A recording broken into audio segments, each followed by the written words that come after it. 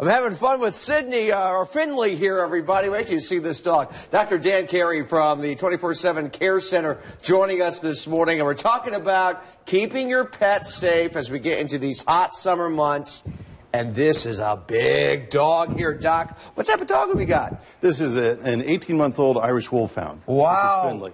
Hello, and very friendly. Very friendly, very much a puppy. So she doesn't have all her manners in place. You said 18 months. So yes. Now, yeah. Will she get a little bit bigger? I don't think so. I think we're probably looking at state-of-the-art Finley. You haven't trained very well. I said sit, and she, look at that. Look at that, Finley. Okay. Well, whether you have dogs like Finley, who are the size of a small horse, or you've got a dog like mine, which is about 4 pounds, Mr. Otis there, they need to take some precautions during the summer, especially when it comes to the sun.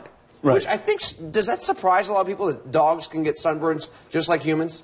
I think it does. I think, the feeling is that fur is going to protect them from everything. Yeah. And certainly, for most dogs, it will. Dogs built like Finley with this thick coat, they don't have to worry about it. Dogs, we have a little Maltese, little white hair dog. You can see his pink skin from sometimes. He likes to lay in the sun, but I usually try to get him out because I imagine those dogs are a little more susceptible to sunburns.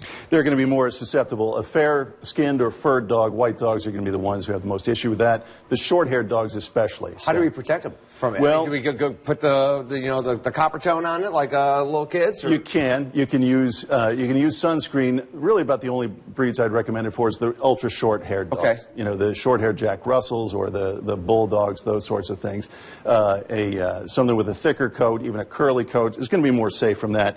The main issue that those dogs are going to have with the sun is getting overheated. What about, do they make little sun shirts for dogs? And that may sound kind of silly. It'd be tough to cover the whole dog. Yes, or you can always put one of your T-shirts on. Yeah, that's right. How about heat-related problems? You think dehydration, number one. Are dogs a lot like humans that once they get thirsty, it's too late? They need to constantly keep that water getting into their body? Absolutely. Dogs are going to be much more susceptible to heat even than we are. They're not built to dissipate heat as quickly. So we need to assume that if we're feeling warm, they're feeling much warmer. So they need a lot of extra water.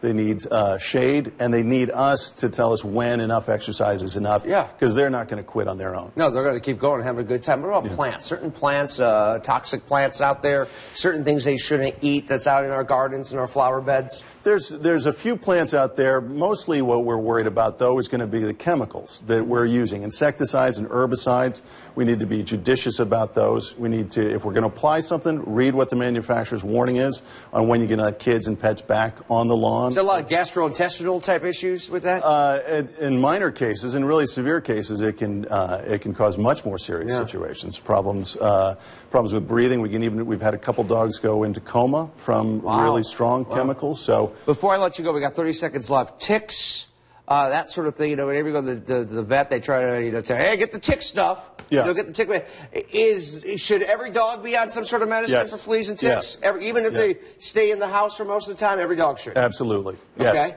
Because if they're going to go outside, there's the opportunity for them to get 1 or 2 fleas, bring those back in. That's going to infest your household if they're allowed to live.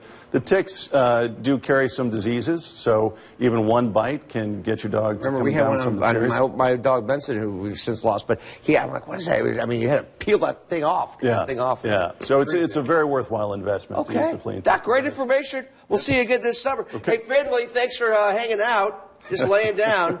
That's what she does best. That's a good-looking dog. Needs its own bed. 30 after 9 right now. When we come back, twins born weeks apart. It's a rare phenomenon. Their amazing story ahead from downtown in our 19 studios. Plus, is it art? Find out why.